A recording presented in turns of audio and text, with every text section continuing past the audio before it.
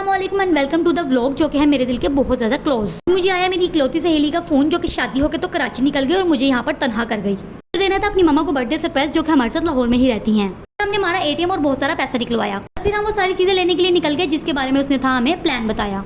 इनके मुताबिक हमने सबसे पहले $1 शॉप से कलेक्ट की कैंडल्स और इन्वेलप। आंटी हमारी को गजरे बहुत ज्यादा पसंद है तो हमने सोचा वो भी उनके लिए अरेंज किए जाएं। फिर हम निकल पड़े गजरों की तलाश में जो कि हमें मिल ही नहीं रहे थे। ढूंढते ढूंढते हमें मिली फ्लावर्स की शॉप। मैंने अंकल को कहा कि मेरे लिए 2 प्यारे प्यारे गजरे बनाए और उन्होंने ये बात सुन के अपना मुंह ही बना लिया। एक्स्ट्रा चार्ज करते हुए उन्होंने हमें एक्स्ट्रा फ्रेग्रेंस वाले गजरे दिए। की तलाश में हम पहुंचे बर्ड स्वीट, लेकिन यहाँ आके हम जरा कंफ्यूज थे कि केक लें या ब्राउनीज लें, क्योंकि अंकल और आंटी सिर्फ घर में 2 ही अफराद है तो मेरे ख्याल से ब्राउनीज लेना ज्यादा बेहतर थी। फिर हमने ब्राउनीज पे हैप्पी बर्थडे लिखवाया और इन्हें आंटी के लिए पैक करवाया।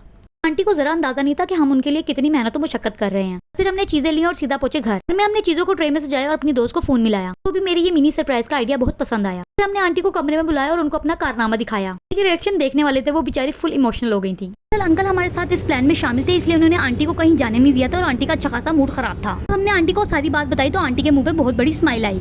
को बहुत ज्यादा स्पेशल फील करते हुए आंटी ने केक पर छुरी चलाई थी। हमने अपनी दोस्त को कॉल मिलाई और उसको सारी सिचुएशन भी दिखाई।